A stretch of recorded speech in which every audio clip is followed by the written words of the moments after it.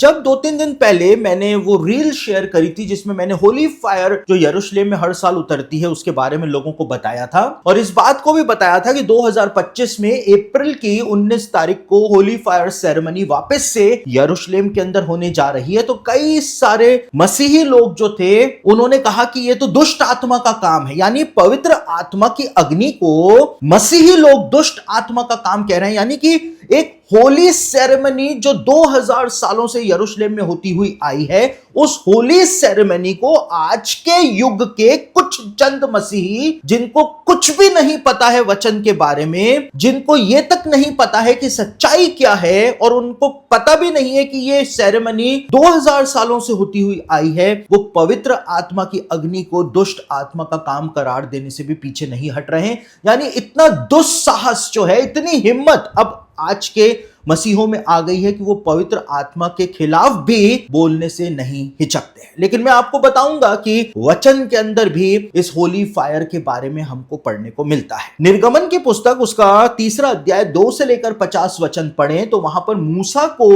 जलती हुई झाड़ी जो है वो दिखाई दी थी और उसी में परमेश्वर ने मूसा से बात करी थी। वो झाड़ी जो थी वो जल रही थी, उसमें आग लगी हुई थी, लेकिन वो झाड़ी भस्म नहीं हो रही। यानी वहां पर होली फायर के बारे में एक होली फायर को दिखाया गया है जिसको हम समझ नहीं पाते। मूसा भी उस चीज को देख करके हैरान हो गया था कि झाड़ी जल रही है लेकिन वो भस्म नहीं हो रही, उसको झाड़ी को कोई नुकसान ही नहीं हो रहा है। वो होली फायर पवित्र आत्मा जो था वो मूसा से वहां पर बात कर रहा था। राजा नबूकदनेस्सर ने जब शद्रक मेशक और अबेदनगो को आग के भट्टे के अंदर फिकवा दिया था, वो आग का भट्टा नेचुरल आग का भट्टा था, लेकिन उसको परमेश्वर ने पवित्र अग्नि के अंदर तब्दील कर दिया था। और तो वहां पर आप देखेंगे कि शद्रक मेशक और अबेदनगो को आग के अंदर कोई हानि ही नहीं हुई थी, उनके मोजे तक नहीं जले थे। वहां पर इस बात को बताया गया है और वो उस पवित्र अग्नि से सुरक्षित निकल करके बाहर आए थे। तो पवित्र अग्नि के बारे में ओल्ड टेस्टामेंट के अंदर बताया है